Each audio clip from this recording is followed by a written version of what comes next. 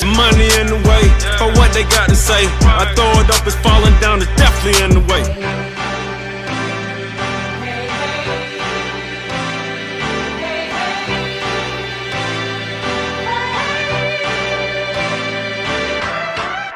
All right, guys, welcome back. Chart Talk episode 11 with Shake and myself. We're going to get into the market outlook, member ideas, good trade, bad trade, top idea of the week, as well as the book of the week. Shake, you want to get started with the market outlook? Absolutely. So we finally broke out of that range last week. We saw some great bullish action. Market, simultaneously gapped up out of the range on news that China and U.S. are going to be holding trade talks again in October. Yada, yada, yada. We broke up upside out of the range. But by no means is the market raging. We saw a huge warning shot in all the software names today. We were very well prepared for it. But overall, I think we're going to see this choppy action, the news-related market. Right now, I want to see us come and retest that range resistance that we just broke out of and turn that into support. That would be very healthy action.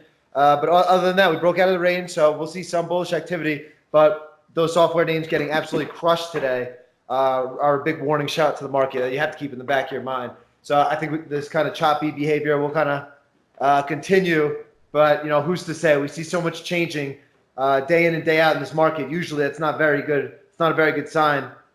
But right now it's just like wait and see mode. Every day has been different.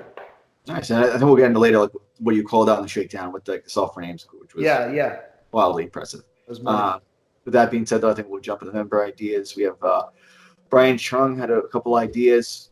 First one was RP again. He sent this before the day started. So and this RP. I mean, this is a software name, and if software names are all getting killed, there's no way a name like this is going to break out.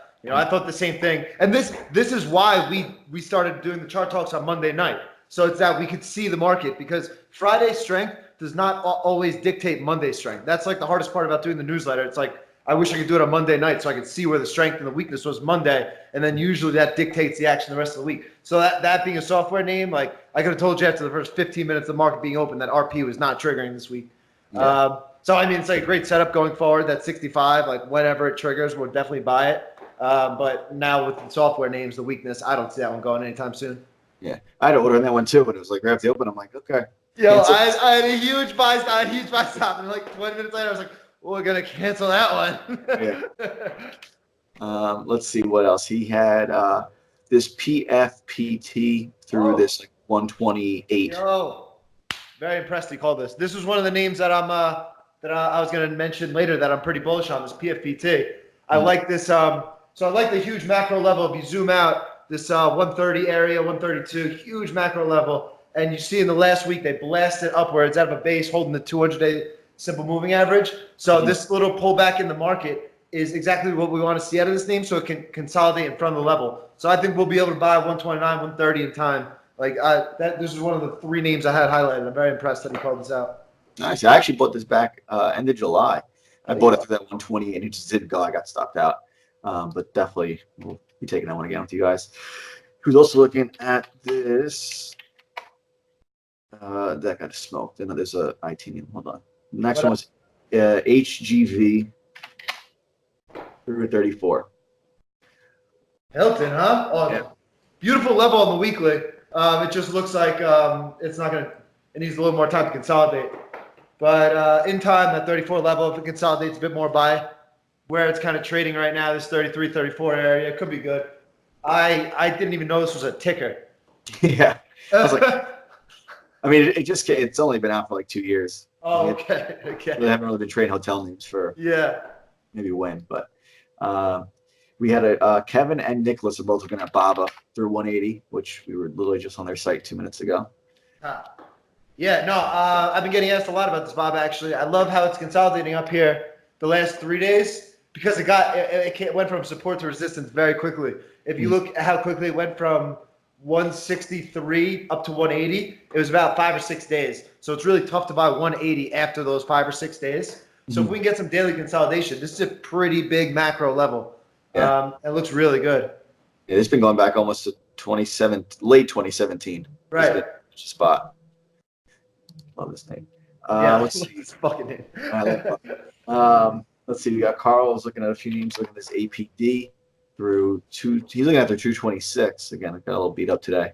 Yeah, I mean, factor of the market today, it looked good going into the day. Nice upper level bull flag, and then weak market is just going to fail that bull flag. So no harm, no foul. He's looking at this McDonald's for 221. They're like 19th bull flag in a row. Same thing. Factor of the market. If it gets up there, it's good. If it fails, it's bull flag. It's bad. Simple as that. Yeah, and then he had this IQV through 156. Nice. I like that one too. I think it's fuck. Today it got pushed lower by the market. If it can hold up this support level, then I think it looks really good. I was looking at this one coming into the week too. Let's see. I think that wraps up most of the ideas for the week. So we can jump in a good trade, bad trade. Mine was, if you want me, I'll go first. Again, mine is a little bit quicker. I know I want to jump into more of your shorts, so maybe I'll just go through my 2 quick ones and then we'll jump into yours. Okay. All right. So again, the one good one I had, this WDC that we had working from last week with that buy through 58, just kind of break even, stop letting it work its way out of this base. We saw this week, other than like the bull flags, a lot of these bases have been starting to break out.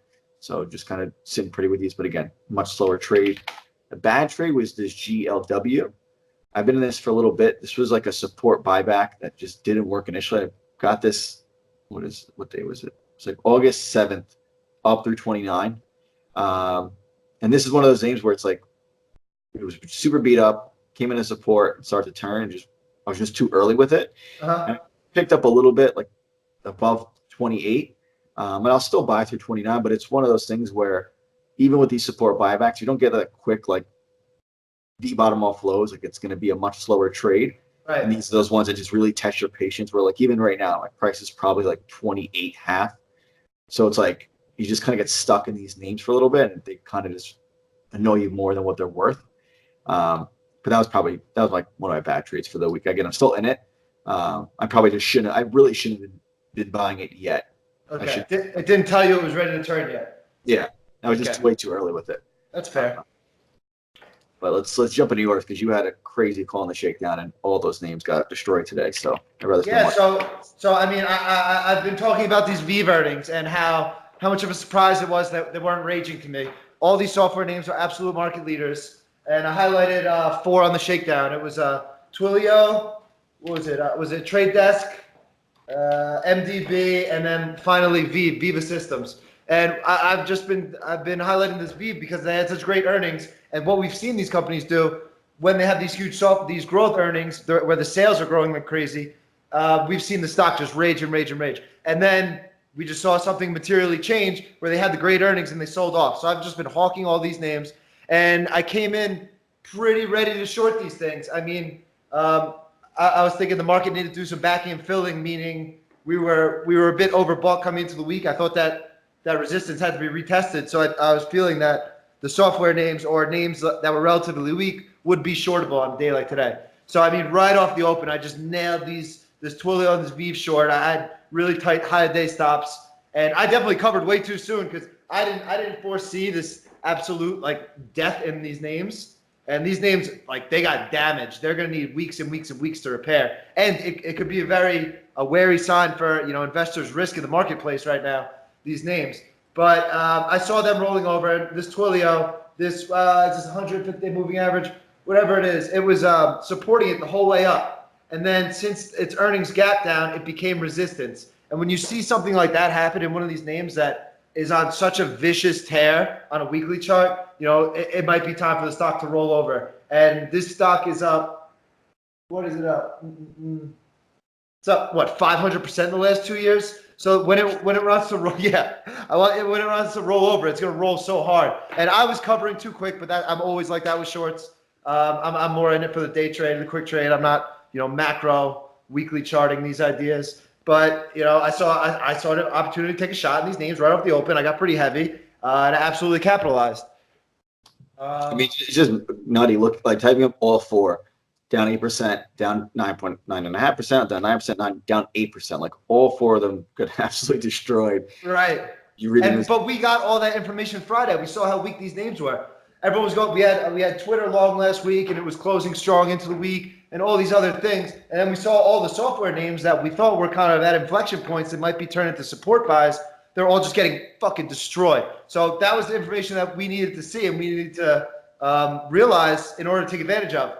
So like this trade, it wasn't like, it wasn't a lucky thing or anything like that. I had so much information coming into today. I knew what prices I wanted to hit. I just had to click a few buttons, and it was coming in ready to execute. That was the real difference maker today. It's like I feel like we haven't really talked about shorts a lot, and just in general, because it's like the sexy thing to do. Right. But this is just it's like how we buy high and sell higher. It's like this: you just flip the chart upside down, like you shorted through lows, you covered lower. It's like so simple. But again, with the new guy, they're going to want to like buy puts or do something crazy where it's like this is just simple, short into the price, high day stop, covering lower, And it's super funny. It's super funny. The psychology of a new guy. Someone I've been talking about the short on the side with, someone who's just like, they're a little more timid to speak up in the chat. So I just talk on the side with them. They're taking this trade with me. And when it was down Twilio was down at 116, when it's already down like $8 on the day, he's like, you think this is a good opportunity to hit more? And I'm like, no. But it's funny. He didn't hit, all he wanted to at 122 when the trade was triggering. Uh-huh. But, he wanted to hit so much more at 116. It's just like the psychology of things. Yeah. But bad trade. I have more importantly, I have bad trade to talk about. Let's talk about the ZM from last week. I got fucking lit up in it. Might have resulted in a broken keyboard or two. But listen, this is trading, and this is something very important I wanted to highlight. We were talking about for days and maybe weeks coming into this, this ZM range, how wide range, how high beta of a stock this is, and how when it broke this range, whether it be resistance or support, it was going to break hard. So they had great earnings. They gapped up the stock, and I said going in, I'm just going to go whichever way the stock gaps. That's what I'm going to go with. So it gapped up, so I had a long bias. They had great earnings. They raised guidance for the future. And they had a great technical charts. These are all things I look for in setups. So I can't be mad at this setup. In the moment, because it was a quick loss off the open, I'm going to be mad. I'm going to break my keyboard. I'm sorry, keyboard. But off the open, it triggered that 96 so beautifully. And it sucked all the longs in. The resistance for the range for the last 3 weeks has been 96. So it sucks us in long, and then the seller just absolutely slams it down. And yes, I took a loss. Now, in looking at the stock, my loss 96 versus 92, that's tight because the stock's at 78 now. So what do we know? We know that once it broke the range, it was going to break hard. Our bias was just wrong, and it triggered the long trade. So I can't be mad at that trade. It falls directly in my system. I have the utmost confidence in my system that things work out over the long haul because we play a game of probability. We don't know shit. So, this triggered comes so well, high volume on earnings. This is a perfect system trade for me. I can't be mad at this loss. You be mad at losses when they're UFAs, where it's a tennis term, unforced errors, like when you hit it into the net in tennis. You never had a chance. Those are the ones to be mad at, when something doesn't trigger and you take a big loss, things like that. But it's something like this where it falls directly in my wheelhouse. This is a trade I'm taking 15 out of 10 times. Yes, the loss sucked, but that's part of trading. You don't know which way things are going to break. So, that's how you get to the next level psychologically trading. If you can take a loss like that, I risked it big on that one and I lost, but I'm going to take that trade every time it sets up. So that's how you get to the next level trading. You can't be psychologically mad at yourself for taking that loss. That's a good loss to me. That was one like on Friday. A couple of guys were like whining about it, like, "Oh, I'm stopped out." And there's again, out of all the trades this year, we've been like very lucky with 1% stop outs, break even stops, like not really big losses. And this one, even when you say 4%, like for a new guy who doesn't trade, it's like that sounds like the tiniest loss because they're used 4%. The name's down 22% since earnings. So it's like we know it's going to make that. That's already 5-1. Whoever took the trade the other way. So that's where it's like you look at it like you said. Now it's like, okay, you took like a 4% loss, and that sucks in that moment. But then now it's like that's you kind of get, if you get like greedy with it, and you lose 25% in 2 days. Like that's a really hard pill to kind of come back from. So that's why we just sticking with those stop losses. And no. I mean, I'm mad at the P&L trade. I'm mad it didn't work out, but like taking that trade, I'm not mad at all. I took the trade. If it went and I missed it and I've been staring at it for weeks, I would have been really mad at myself. Yeah. It's all right. You want to jump into some top ideas for the week? So what was the one the guy mentioned before? Oh, PFPT. I like that one. EXLS. Beautiful upper level bull flag, industrial name. Those are much strong. We saw value names be a lot stronger than all of the high beta names and risky names today. So you know, it might become a little risk off time for those super high betas. We're seeing them sell off a bit more. And then something like this EXLS, beautiful bull-flagged highs, industrial name. I'm going to take that one through the 69, 70 area. And then last one is NEOG. What is it, healthcare name? I don't know. Beautiful bull flag. They're showing me it's strong on a day when on high beta things are weak. So good to focus on there. What do you got for me? So again, we had this OKE triggered. And this was a quick little lesson. Like I was talking with one of the guys, Tommy, and he's like, my goal this month is to have like a common day, you know, limit my losses, increase my winners. I'm like, all for it. And then today he buys OKE with us, and he's like, selling some for profit. And I'm like, dude, you just told me yesterday, like your goal is to limit your losses, hold your winners, and day one you're selling your winner. Not all of it, but he's taking some. Again, you want to take some profits, but like OKE, all new, new all-time highs, like macro level. It's like you got to really just be patient with those. Again, we were already in it, but it was just something that just kind of came up. I just remembered. But top ideas. Wait, and that goes to show you. I'm going to interject real quick. And that goes to show you. You know, we all have the same charts. We're all looking at the same shit, but emotions are the entire game. You know, he wanted to make this game plan before, and then when he's in the trade and he sees the green on his screen, I got to get the fuck out, you know? So it's like the battle of emotions never ends in this game. Yeah. I mean, we have a couple names that are like working really well. It's like this, you know, DFS, same thing. We got to hold it. This WDC, we have to hold it. So, but it's easy to say it before, you know, but then once you're in it, you want to like take every tick, you know, every little down tick you want to get out. It's like, yeah, completely. You know, and we all have to learn, you know, improve on that. But again, top ideas that haven't triggered so far. This win I've been keeping an eye on, this 116, it's been basing kind of like a WDC, you know, but it might need a little bit of time. And then what was the last one? This ODFL 170, pretty big macro level. Oh, nice. That's a really nice chart, ODFL. I like that one a lot. I'll add that to my little watch list. Yeah. That weekly is beautiful. So let's see. Those were, I mean, some names that were in, again, this DLR. I know Cameron's in this with me, and he wanted to like take some off the other day. And I'm like, dude, we bought 125. You know, it held that perfectly. Like, just got to let that thing work. VFC was another one that I've been kind of working my way up through. I bought like 82, bought 84, and now it's like ripping back to 90, which has been a pretty big like macro level. You bought 84 of that? Yeah, I bought 82, and then I added 84. Oh, that's sick. That's a really nice trade. Yeah. But this is like where it's sometimes buying in those like tougher areas, like buying the 82 or the 84. It's very difficult, like going into tomorrow buying 90. Like technically it looks sick. It's like 4 times the charm, but that's really difficult to buy 90 after just rip 12 points in like 2 or 10 days and then expect it just to continue that major run. That's exactly what we were talking about Baba like 2 minutes ago. You know, it's the same exact thing. It's like it looks really good on the weekly chart, but you need that daily chart confirmation. You need that consolidation. Yeah, that was almost. This is kind of like almost like Duncan back in like end of May, or I guess it was beginning of June, when it on earnings gapped up through 77, got destroyed, and then like a month later it went through that like 77 area. But like buying that day was so difficult because it was like $6 up off lows, pulls back one day, and then it had the next little push, you know, 6-8 points higher. But you have to be like really perfect up there when it has an extended move, or if you can get in kind of off support, you can be a little bit more wider with the name and kind of give it the room it needs. So for the guys that are in these names, you know, like this DFS, you know, this RTN, PPG, like these names that we've been kind of buying in off support, you know, we can be a little bit more patient with them and just kind of trail the stop first and have to buy in those breakout levels. But yeah, even that PPG through 120 looks really good. Yeah. That's a 6-year level. Yeah. I've been watching that one. So, I mean, I think we wrapped up a lot of these pretty quick. Jump into book of the week. Yeah, take us off. So I read Rick Ross's book, Hurricanes. How is it? So I hear he shit himself. Yeah, it was like the last page he like briefly brings it up.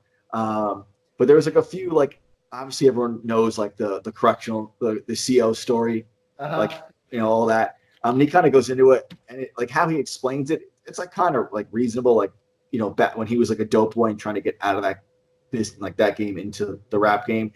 Like all of his like people all got locked up and they were all getting like 20 years, 30 years. So his like mentor was like, dude, go get a regular ass job. Like you need to show income.